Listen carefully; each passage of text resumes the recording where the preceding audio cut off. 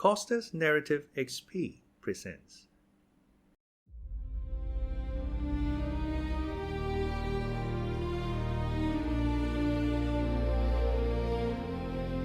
The Count of Monte Cristo by Alexandre Dumas.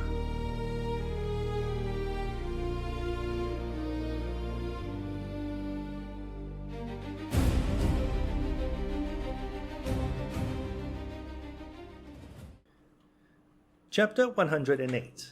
The Judge. We remember that the Abbé Busoni remained alone with Noirtier in the chamber of death, and that the old man and the priests were the sole guardians of the young girl's body. Perhaps it was the Christian exhortations of the Abbé, perhaps his kind charity, perhaps his persuasive words, which had restored the courage of Noirtier. For ever since he had conversed with the priest, his violent despair had yielded to a calm resignation which surprised all who knew his excessive affection for Valentine. Mme de Villefort had not seen his father since the morning of the death. The whole establishment had been changed. Another valet was engaged for himself, a new servant for Noirtier. Two women had entered Mme de Villefort's service. In fact, everywhere, to the concierge and coachman, new faces were presented to the different masters of the house, thus widening the division which had always existed between the members of the same family. The assizes, also, were about to begin, and Villefort, shut up in his room, exerted himself with feverish anxiety in drawing up the case against the murderer of Château-Renaud. This affair, like all those in which the Count of Monte Cristo had interfered, caused a great sensation in Paris. The proofs were certainly not convincing, since they rested upon a few words written by an escaped galley slave on his death-bed, and who might have been actuated by hatred or revenge in accusing his companion. But the mind of the procureur was made up. He felt assured that Benedetto was guilty, and he hoped by his skill in conducting this aggravated case to flatter his self-love, which was about the only vulnerable point left in his frozen heart. The case was therefore prepared owing to the incessant labor of Villefort, who wished it to be the first on the list in the coming assizes. He had been obliged to seclude himself more than ever, to evade the enormous number of applications presented to him for the purpose of obtaining tickets of admission to the court on a day of trial. And then so short a time had elapsed since the death of poor Valentine, and the gloom which overshadowed the house was so recent, that no one wondered to see the father so absorbed in his professional duties, which were the only means he had of dissipating his grief. Once only had Villefort seen his father. It was the day after that upon which Bertuccio had paid his second visit to Benedetto, when the latter was to learn his father's name. The magistrate, harassed and fatigued, had descended to the garden of his house, and in a gloomy mood, similar to that in which Tarquin lopped off the tallest poppies, he began knocking off with his cane the long and dying branches of the rose trees, which, placed along the avenue, seemed like the spectres of the brilliant flowers which had bloomed in the past season. More than once he had reached that part of the garden where the famous boarded gate stood overlooking the deserted enclosure, always returning by the same path, to begin his walk again, at the same pace and with the same gesture, when he accidentally turned his eyes towards the house, whence he heard the noisy play of his son, who had returned from school to spend the Sunday and Monday with his mother.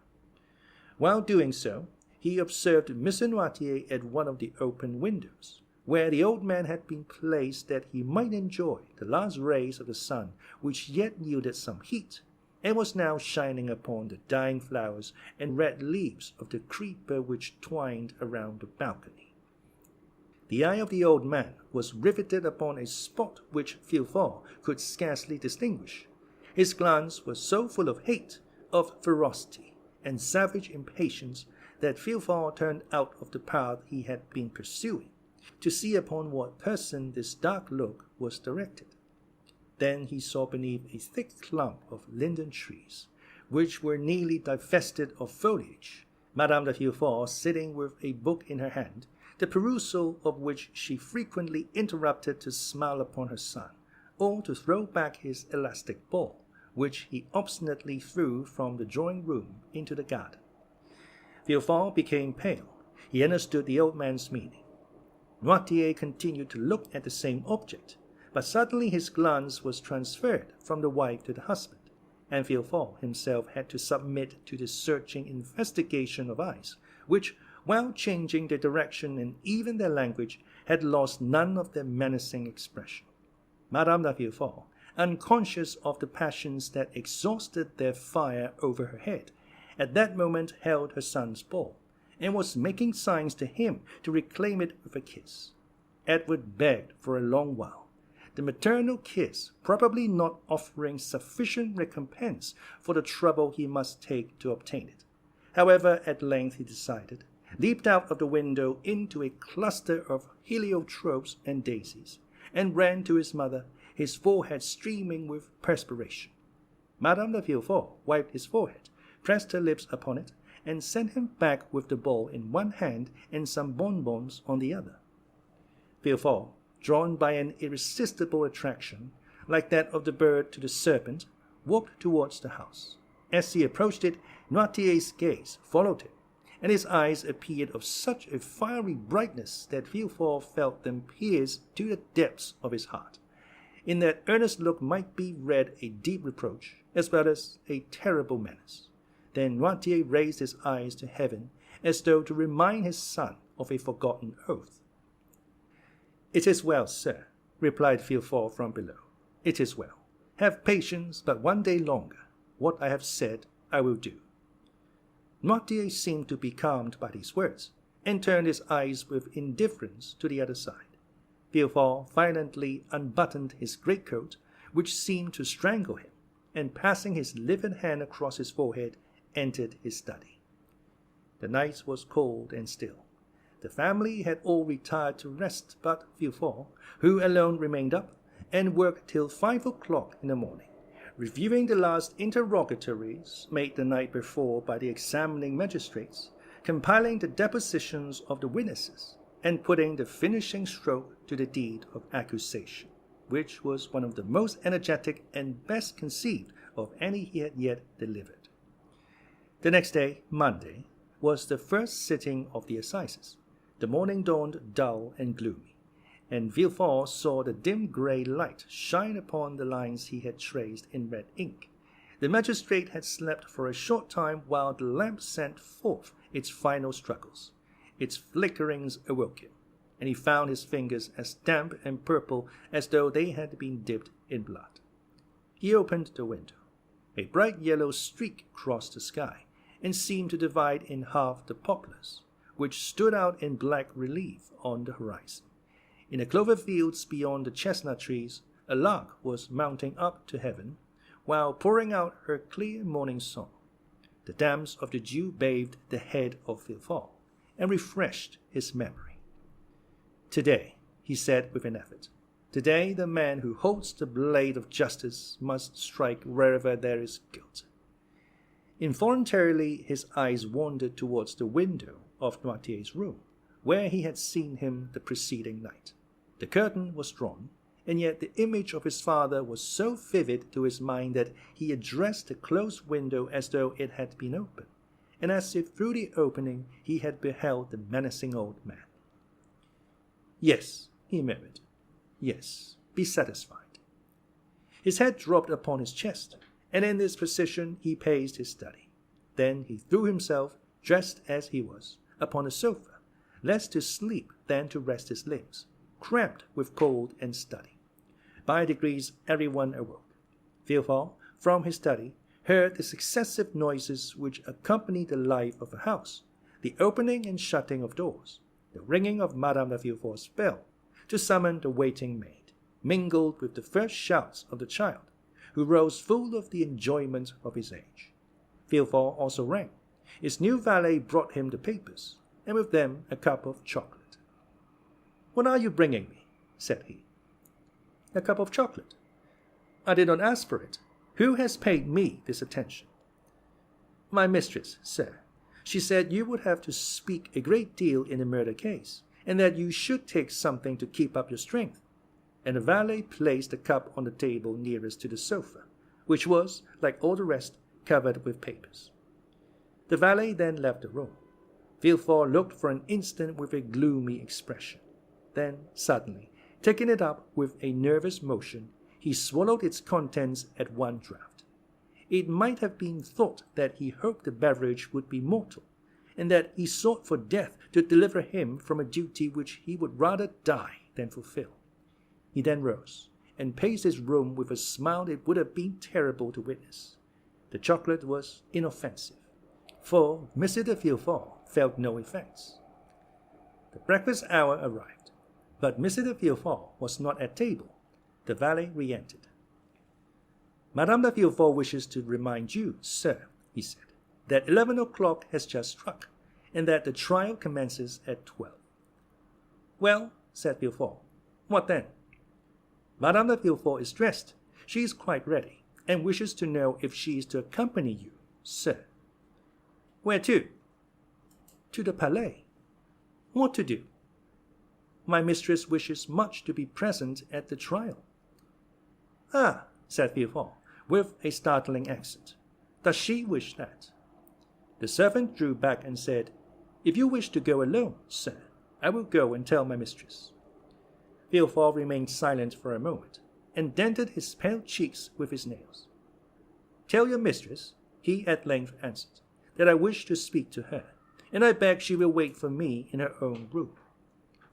"Yes, sir." "Then come to dress and shave me." "Directly, sir." The valet reappeared almost instantly, and, having shaved his master, assisted him to dress entirely in black. When he had finished, he said, "My mistress said she should expect you, sir, as soon as you had finished dressing." "I am going to her." And Villefort, with his papers under his arm and hat in hand, directed his steps toward the apartment of his wife. At the door he paused for a moment to wipe his damp, pale brow. He then entered the room. Mme. de Villefort was sitting on an ottoman and impatiently turning over the leaves of some newspapers and pamphlets which young Edward, by way of amusing himself, was tearing to pieces before his mother could finish reading them. She was dressed to go out. Her bonnet was placed beside her on a chair, and her gloves were on her hands. "Ah, here you are, monsieur," she said in her naturally calm voice. "But how pale you are! Have you been working all night? Why did you not come down to breakfast? Well, will you take me, or shall I take Edward?" Mme. de Villefort had multiplied her questions in order to gain one answer, but to all her inquiries M. de Villefort remained mute and cold as a statue. "Edward," said Villefort, fixing an imperious glance on the child, "go and play in the drawing-room, my dear. I wish to speak to your mamma." Mme. de Villefort shuddered at the sight of that cold countenance, that resolute tone, and the awfully strange preliminaries. Edward raised his head, looked at his mother, and then, finding that she did not confirm the order, began cutting off the heads of his leaden soldiers. "Edward," cried M. de Villefort, so harshly that the child started up from the floor, "do you hear me? Go!"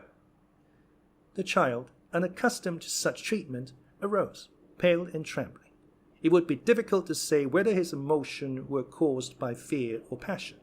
His father went up to him, took him in his arms, and kissed his forehead. "Go," he said. "Go, my child." Edward ran out.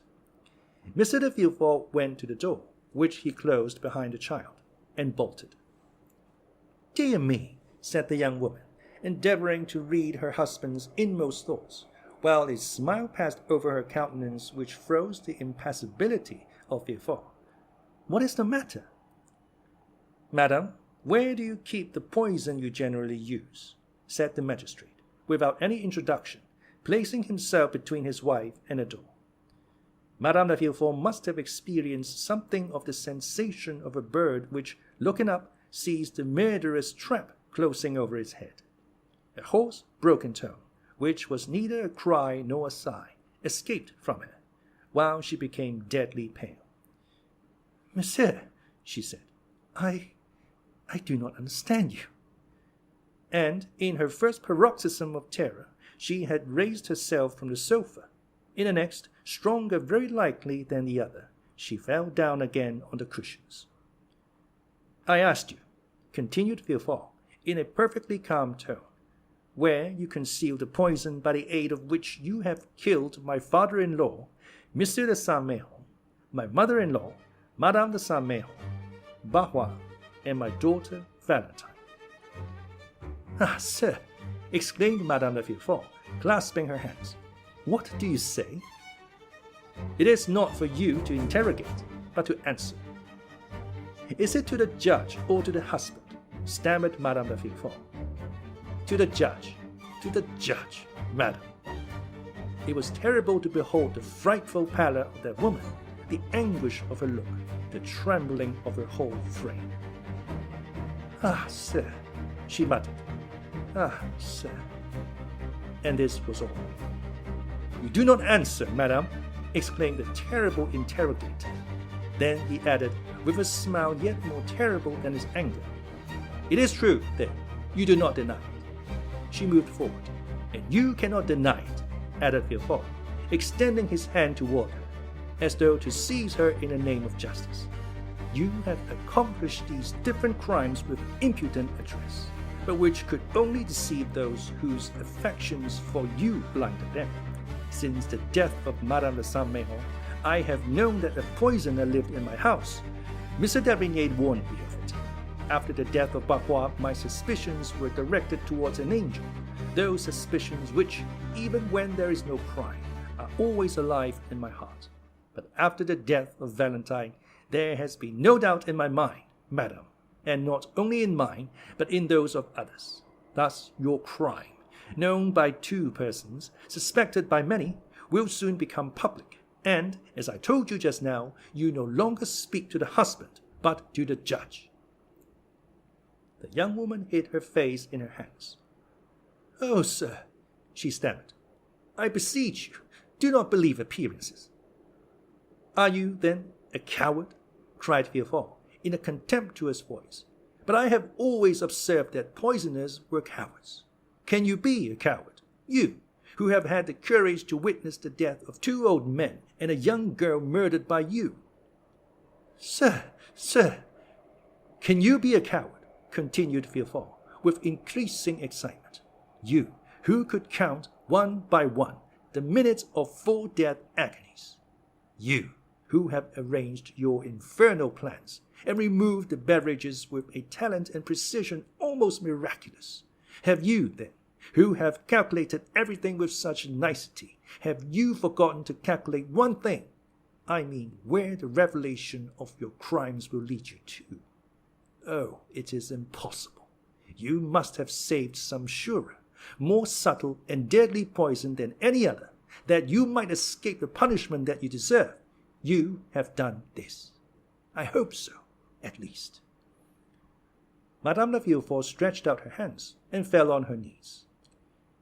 "I understand," he said. "You confess, but a confession made to the judges, a confession made at the last moment, extorted when the crime cannot be denied, diminishes not the punishment inflicted on the guilty." "The punishment?" exclaimed Madame de Villefort. "The punishment, monsieur. Twice you have pronounced that word." "Certainly. Did you hope to escape it because you were 4 times guilty? Did you think the punishment would be withheld because you are the wife of him who pronounces it? No, madame. No. The scaffold awaits the poisoner, whoever she may be, unless, as I just said, the poisoner has taken the precaution of keeping for herself a few drops of her deadliest poison." Madame de Villefort uttered a wild cry, and a hideous and uncontrollable terror spread over her distorted features. "Oh, do not fear the scaffold, madame," said the magistrate.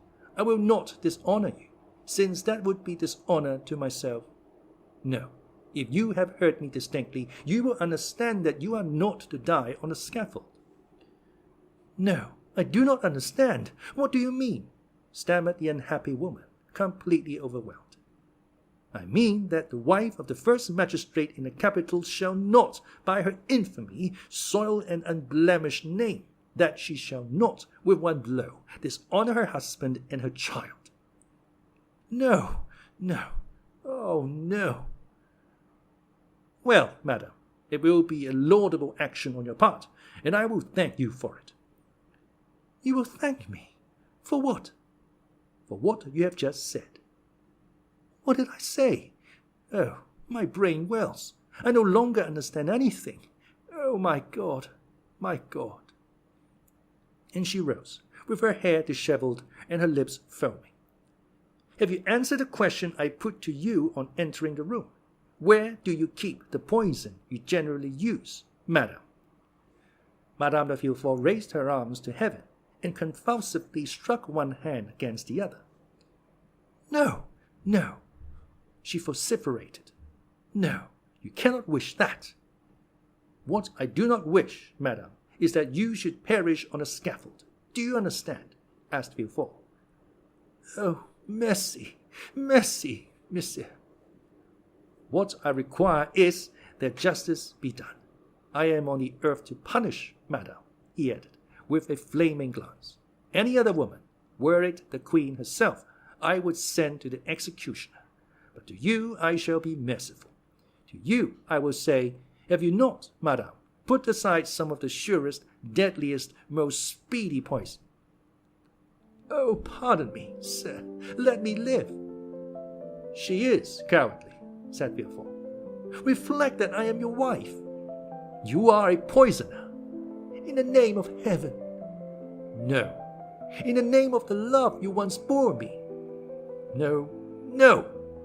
In the name of our child. Ah, for the sake of our child, let me live. No, no, no. I tell you, one day, if I allow you to live, you will perhaps kill him, as you have the others. I kill my boy, cried the distracted mother, rushing toward Villefort. I kill my son. And a frightful, demoniac laugh finished the sentence, which was lost in a hoarse rattle. Mme. de Villefort fell at her husband's feet. He approached her. Think of it, madam, he said. If, on my return, justice has not been satisfied, I will denounce you with my own mouth and arrest you with my own hands. She listened, panting, overwhelmed, crushed. Her eye alone lived and glared horribly. Do you understand me? He said. I'm going down there to pronounce the sentence of death against a murderer. If I find you alive on my return, you shall sleep tonight in a conciergerie.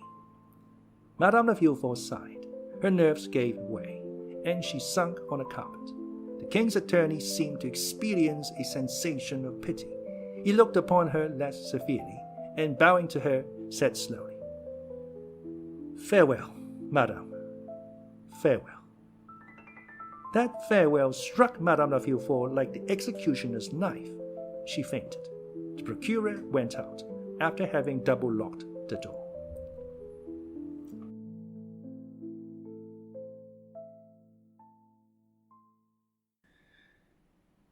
Chapter 109. The Assizes.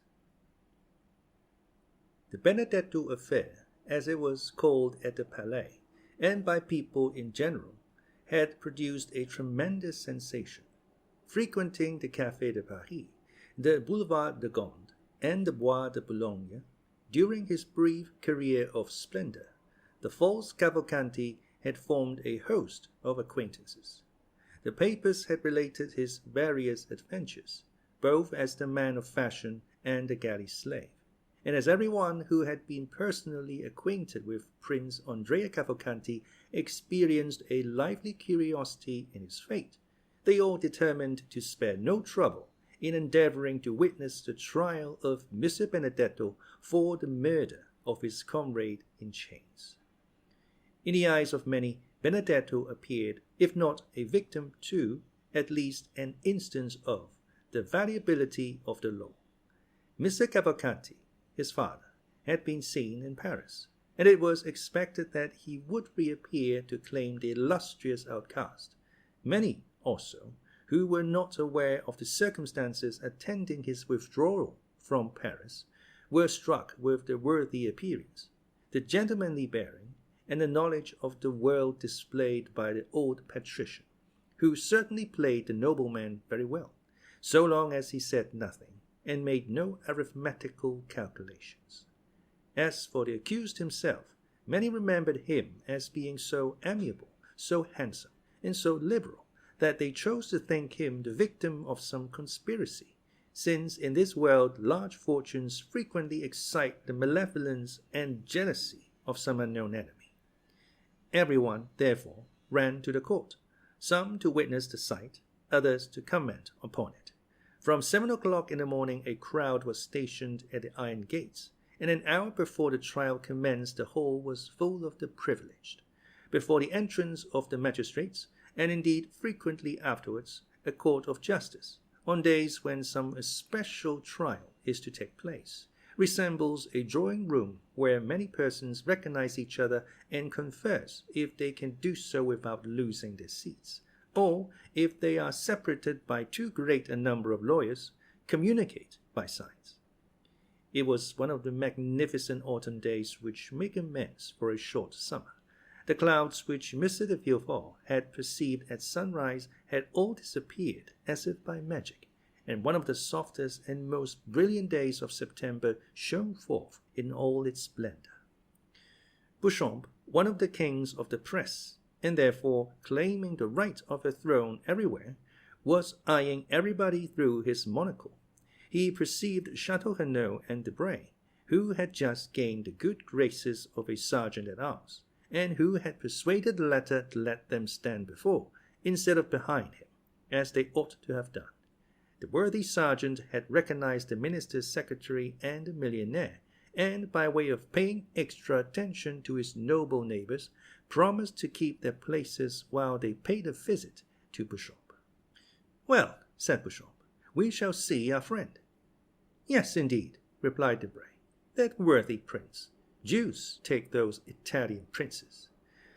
A man, too, who could boast of Dante for a genealogist, and could reckon back to the Divina Commedia. "The nobility of the rope," said Château-Renaud phlegmatically. "He will be condemned, will he not?" asked Debray of Beauchamp. "My dear fellow, I think we should ask you that question. You know such news much better than we do. Did you see the president at the minister's last night?" "Yes." "What did he say?" "Something which will surprise you." "Oh, make haste and tell me then. It is a long time since that has happened." "Well, he told me that Benedetto, who is considered a serpent of subtlety and a giant of cunning, is really but a very commonplace, silly rascal, and together unworthy of the experiments that will be made on his phrenological organs after his death." "Bah!" said Beauchamp. "He played the prince very well." "Yes, for you who detest those unhappy princes, Beauchamp, and are always delighted to find fault with them, but not for me, who discover a gentleman by instinct, and who scent out an aristocratic family like a very bloodhound of heraldry." "Then you never believed in the principality?" "Yes, in the principality, but not in the prince." "Not so bad," said Beauchamp. "Still, I assure you, he passed very well with many people. I saw him at the minister's houses." "Ah, yes," said Château-Renaud. "The idea of thinking ministers understand anything about princes." "There is something in what you have just said," said Beauchamp, laughing. "But," said Debray to Beauchamp, "if I spoke to the president, you must have been with the procureur." "It was an impossibility. For the last week Mr. de Villefort has secluded himself. It is natural enough, this strange chain of domestic afflictions, followed by the no less strange death of his daughter." "Strange? What do you mean, Beauchamp?" "Oh, yes. Do you pretend that all this has been unobserved at the minister's?" said Beauchamp, placing his eyeglass in his eye, where he tried to make it remain. "My dear sir," said Château-Renaud, "allow me to tell you that you do not understand that maneuver with the eyeglass half so well as Debray. Give him a lesson, Debray." "Stay," said Beauchamp. "Surely I am not deceived." What is it? It is she. Whom do you mean? They said she had left. Mademoiselle Eugenie, said Château-Renaud. Has she returned? No, but her mother. Madame d'Anglas? Nonsense. Impossible, said Château-Renaud. Only 10 days after the flight of her daughter, and 3 days from the bankruptcy of her husband. Debray colored slightly, and followed with his eyes the direction of Beauchamp's glance. Come, he said, it is only a veiled lady, some foreign princess, perhaps the mother of Cavalcanti. But you were just speaking on a very interesting topic, Beauchamp. I? Yes, you were telling us about the extraordinary death of Valentine. Oh, yes, so I was. But how is it that Mme de Villefort is not here? Poor dear woman, said Debray. She is no doubt occupied in distilling balm for the hospitals, or in making cosmetics for herself or friends. Do you know she spends 2,000 or 3,000 crowns a year in this amusement? But I wonder she is not here. I should have been pleased to see her, for I like her very much. And I hate her, said Château-Renaud. Why? I do not know. Why do we love? Why do we hate? I detest her, from antipathy. Or rather, by instinct. Perhaps so, but to return to what you were saying, Beauchamp. Well, do you know why they die so multitudinously at M. de Villefort's? Multitudinously is good, said Château-Renaud. My good fellow, you'll find the word in Saint-Simon. But the thing itself is at M. de Villefort's. But let's get back to the subject. Talking of that, said Debray, Madame was making inquiries about that house, which for the last 3 months has been hung with black. Who is Madame? Asked Château-Renaud. The minister's wife, pardieu. Oh, your pardon. I never visit ministers. I leave that to the princes. Really, you were only before sparkling, but now you are brilliant. Take compassion on us, or, like Jupiter, you will wither us up. I will not speak again, said Château-Renaud. Pray have compassion upon me, and do not take up every word I say. Come, let us endeavor to get to the end of our story, Beauchamp. I told you that yesterday Madame made inquiries of me upon the subject. Enlighten me, and I will then communicate my information to her. Well, gentlemen, the reason people die so multitudinously at M. de Villefort's is that there is an assassin in the house. The 2 young men shuddered, for the same idea had more than once occurred to them. And who is the assassin? They asked together. Young Edward. The burst of laughter from the auditors did not in the least disconcert the speaker, who continued, Yes, gentlemen, Edward, the infant phenomenon, who is quite an adept in the art of killing. You are jesting. Not at all. I yesterday engaged a servant, who had just left M. de Villefort. I intend sending him away tomorrow, for he eats so enormously, to make up for the fast imposed upon him by his terror in that house. Well, now listen. We are listening. It appears the dear child has obtained possession of a bottle containing some drug, which he every now and then uses against those who have displeased him. First, M. and Madame de Saint-Méran incurred his displeasure, so he poured out 3 drops of his elixir. 3 drops were sufficient. Then followed Barrois, the old servant of M. Noirtier, who sometimes rebuffed this little wretch. He therefore received the same quantity of the elixir. The same happened to Valentine, of whom he was jealous. He gave her the same dose as the others, and all was over for her as well as the rest.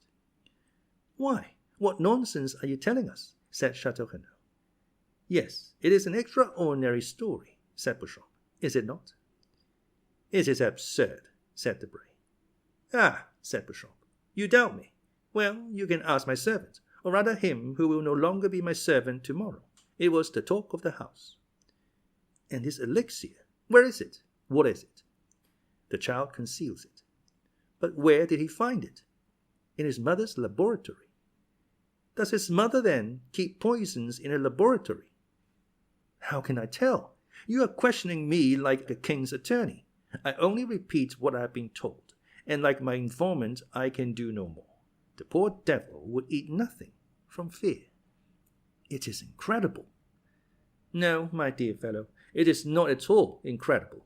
You saw the child pass through the Rue Richelieu last year, who amused himself with killing his brothers and sisters by sticking pins in their ears while they slept. The generation who follow us are very precocious." "Come, Beauchamp," said Château-Renaud, "I will bet anything you do not believe a word of all you have been telling us. But I do not see the Count of Monte Cristo here." "He is worn out," said Debray. "Besides, he could not well appear in public, since he has been the dupe of the Cavalcanti, who, it appears, presented themselves to him with false letters of credit, and cheated him out of 100,000 francs upon the hypotheses of this principality." "By the way, Monsieur de Château-Renaud," asked Beauchamp, "how is Morel?" "Ma foi, I have called 3 times without once seeing him. Still, his sister did not seem uneasy, and told me that though she had not seen him for 2 or 3 days, she was sure he was well." "Ah, now I think of it, the Count of Monte Cristo cannot appear in the hall," said Beauchamp. "Why not?" "Because he is an actor in a drama." "Has he assassinated anyone, then?" "No, on the contrary, they wished to assassinate him. You know that it was in leaving his house that M. de Caderousse was murdered by his friend Benedetto. You know that the famous waistcoat was found in his house, containing the letter which stopped the signature of the marriage contract. Do you see the waistcoat? There it is, all blood-stained, on a desk, as a testimony of the crime." "Ah, very good. Hush, gentlemen, here is the court. Let us go back to our places." A noise was heard in the hall. The surgeon called his 2 patrons with an energetic and the doorkeeper appeared, called out with that shrill voice peculiar to his order, ever since the days of Beaumarchais, "The court, gentlemen."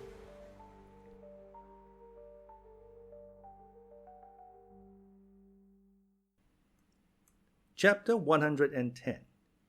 The Indictment. The judges took their places in the midst of the most profound silence. The jury took their seats.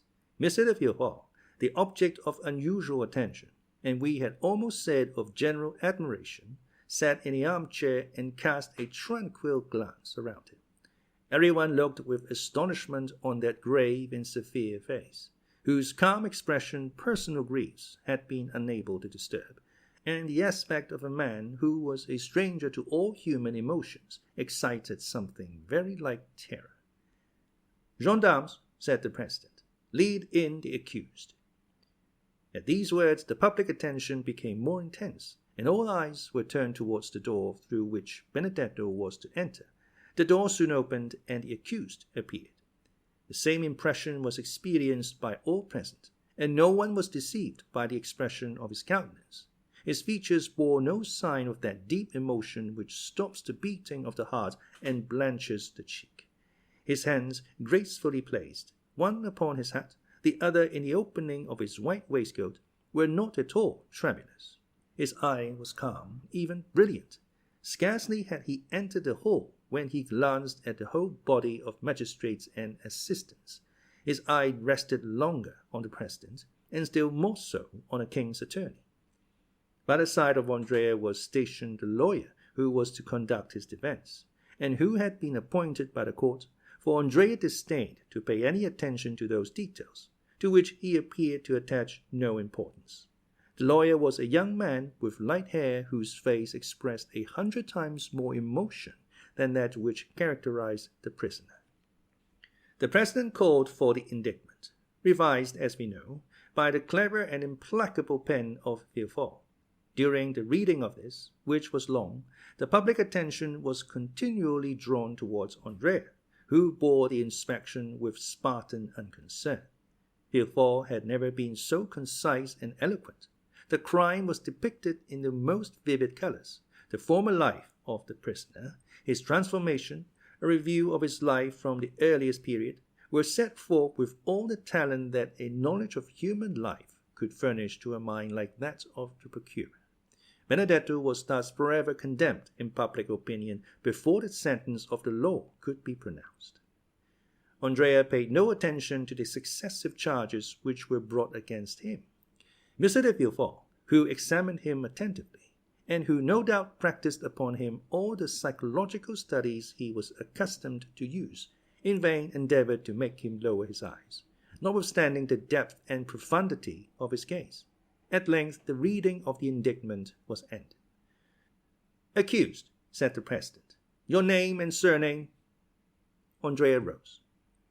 "Excuse me, Mr. President," he said in a clear voice, "but I see you are going to adopt a course of questions through which I cannot follow you. I have an idea, which I will explain by and by, of making an exception to the usual form of accusation. Allow me, then, if you please, to answer in different order, or I will not do so at all." The astonished President looked at the jury, who in turn looked at Villefort. The whole assembly manifested great surprise, but Andrea appeared quite unmoved. "Your age," said the President. "Will you answer that question?" "I will answer that question, as well as the rest, Mr. President, but in its turn." "Your age," repeated the President. "I am 21 years old, or rather I shall be in a few days, as I was born the night of the 27th of September, 1817. Mr. de Villefort, who was busy taking down some notes, raised his head at the mention of this date. "Where were you born?" continued the President. "At Auteuil, near Paris." Mr. de Villefort a second time raised his head, looked at Benedetto as if he had been gazing at the head of Medusa, and became livid. As for Benedetto, he gracefully wiped his lips with a fine cambric pocket handkerchief. "Your profession?" "First I was a forger," answered Andrea, as calmly as possible. "Then I became a thief, and lately have become an assassin." A murmur, or rather storm, of indignation burst from all parts of the assembly. The judges themselves appeared to be stupefied, and the jury manifested tokens of disgust for a cynicism so unexpected in a man of fashion. Mr. de Villefort pressed his hand upon his brow, which, at first pale, had become red and burning. Then he suddenly arose and looked around as though he had lost his senses. He wanted air. "Are you looking for anything, Mr. Procureur?" asked Benedetto, with his most ingratiating smile. Mr. de Villefort answered nothing, but sat, or rather threw himself down again upon his chair. "And now, prisoner, will you consent to tell your name?" said the President. "The brutal affectation with which you have enumerated and classified your crimes calls for a severe reprimand on the part of the court, both in the name of morality and for the respect due to humanity. You appear to consider this a point of honor, and it may be, for this reason, that you have delayed acknowledging your name. You wished it to be preceded by all these titles."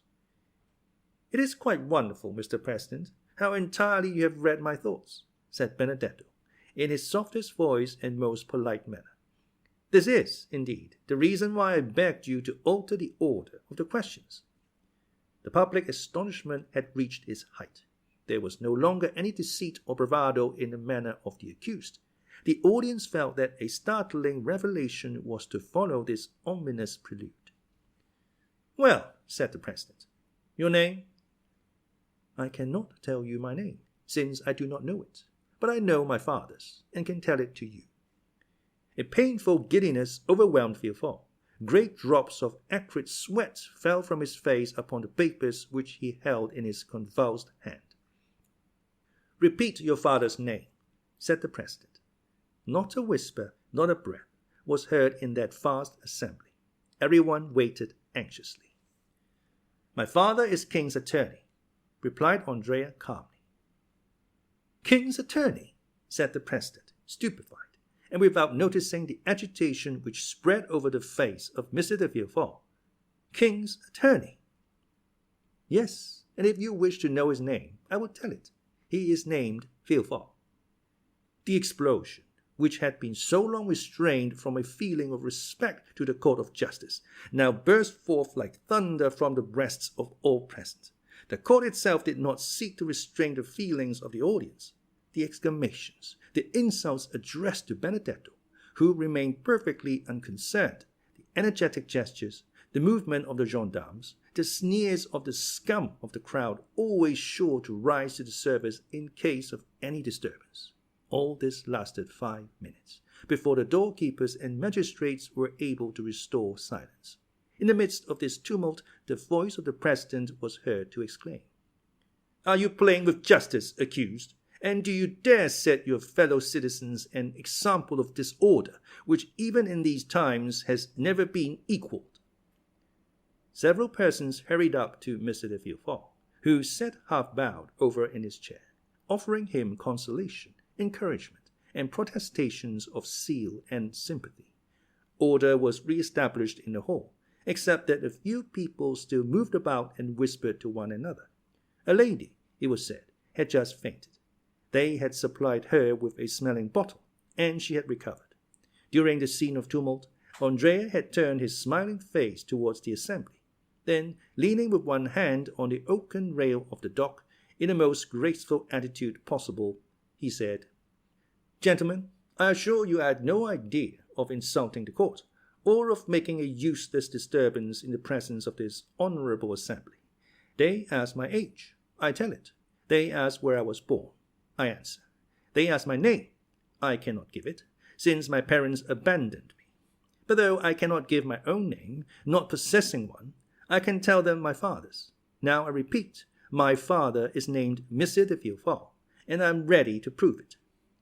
There was an energy, a conviction, and a sincerity in the manner of the young man, which silenced the tumult. All eyes were turned for a moment towards the procureur, who sat as motionless as though a thunderbolt had changed him into a corpse.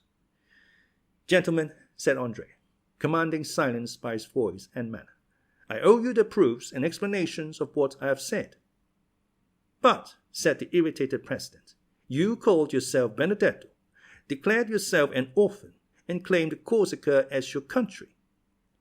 "I said anything I pleased, in order that the solemn declaration I have just made should not be withheld, which otherwise would certainly have been the case. I now repeat that I was born at Auteuil on the night of the 27th of September, 1817, and that I am the son of the procureur, Monsieur de Villefort. Do you wish for any further details? I will give them. I was born in number 28, Rue de la Fontaine, in a room hung with red damask. My father took me in his arms, telling my mother I was dead, wrapped me in a napkin marked with an H and an N, and carried me into a garden, where he buried me alive." A shudder ran through the assembly when they saw that the confidence of the prisoner increased in proportion to the terror of Monsieur de Villefort. "But how have you become acquainted with all these details?" asked the president. "I will tell you, Mr. President. A man who had sworn vengeance against my father, and had long watched his opportunity to kill him, had introduced himself that night into the garden in which my father buried me. He was concealed in a thicket. He saw my father bury something in the ground, and stabbed him. Then, thinking the deposit might contain some treasure, he turned up the ground, and found me still living. The man carried me to the Foundling Asylum, where I was registered under the number 37. 3 months afterwards, a woman traveled from Roggiano to Paris to fetch me, and having claimed me as her son, carried me away. Thus, you see, though born in Paris, I was brought up in Corsica." There was a moment's silence, during which one could have fancied the hall empty, so profound was the stillness. "Proceed," said the president. "Certainly, I might have lived happily amongst those good people who adored me, but my perverse disposition prevailed over the virtues which my adopted mother endeavored to instill into my heart. I increased in wickedness till I committed crime. One day, when I cursed Providence for making me so wicked and ordaining me to such a fate, my adopted father said to me, 'Do not blaspheme, unhappy child. The crime is that of your father, not yours, of your father, who consigned you to hell if you died, and to misery if a miracle preserved you alive.' After that I ceased to blaspheme, but I cursed my father. That is why I have uttered the words for which you blame me. That is why I have filled this whole assembly with horror. If I have committed an additional crime, punish me. But if you will allow that ever since the day of my birth my fate has been sad, bitter, and lamentable, then pity me." "But your mother?" asked the president. My mother thought me dead. She is not guilty. I did not even wish to know her name, nor do I know it." Just then a piercing cry, ending in a sob, burst from the center of the crowd, who encircled the lady who had before fainted, and who now fell into a violent fit of hysterics. She was carried out of the hall. The thick veil which concealed her face dropped off, and Madame Danglars was recognized. Notwithstanding his shattered nerves, the ringing sensation in his ears, and the madness which turned his brain, Villefort rose as he perceived her. The proofs, said the president. "Remember, this tissue of horrors must be supported by the clearest proofs." "The proofs?" said Benedetto, laughing. "Do you want proofs?" "Yes." "Well, then, look at M. de Villefort, and then ask me for proofs." Everyone turned towards the procureur, who, unable to bear the universal gaze now riveted on him alone, advanced staggering into the midst of the tribunal, with his hair dishevelled and his face indented with the mark of his nails. The whole assembly uttered a long murmur of astonishment. "Father," said Benedetto, "I am asked for proofs. Do you wish me to give them?" No, it is useless," stammered M. de Villefort in a hoarse voice. "No, it is useless." "How useless?" cried the president. "What do you mean?" "I mean that I feel it impossible to struggle against this deadly weight which crushes me. Gentlemen, I know I am in the hands of an avenging God. We need no proofs. Everything relating to this young man is true." A dull, gloomy silence, like that which precedes some awful phenomenon of nature, pervaded the assembly, who shuddered in dismay. "What, Mr. de Villefort," cried the president, "do you yield to an hallucination? What, are you no longer in possession of your senses? This strange, unexpected, terrible accusation has disordered your reason. Come, recover." The procureur dropped his head. His teeth chattered like those of a man under a violent attack of fever, and yet he was deadly pale. "I am in possession of all my senses, sir," he said. "My body alone suffers, as you may suppose. I acknowledge myself guilty of all the young man has brought against me, and from this hour hold myself under the authority of the procureur who will succeed me." And as he spoke these words with a hoarse, choking voice, he staggered towards the door, which was mechanically opened by a doorkeeper. The whole assembly were dumb with astonishment at the revelation and confession which had produced a catastrophe so different from that which had been expected during the last fortnight by the Parisian world. "Well," said Beauchamp, "let them now say that drama is unnatural." "Ma foi," said Château-Renaud, "I would rather end my career like Mr. de Morcerf. A pistol shot seems quite delightful compared with this catastrophe." "And moreover, it kills," said Beauchamp. "And to think that I had an idea of marrying his daughter," said Debray. "She did well to die, poor girl." "The sitting is adjourned, gentlemen," said the president. "Fresh inquiries will be made, and the case will be tried next session by another magistrate." As for Andrea, who was calm and more interesting than ever, he left the hall, escorted by gendarmes, who involuntarily paid him some attention. "Well, what do you think of this, my fine fellow?" asked Debray of the sergeant-at-arms, slipping a louis into his hand. "This will be extenuating circumstances," he replied.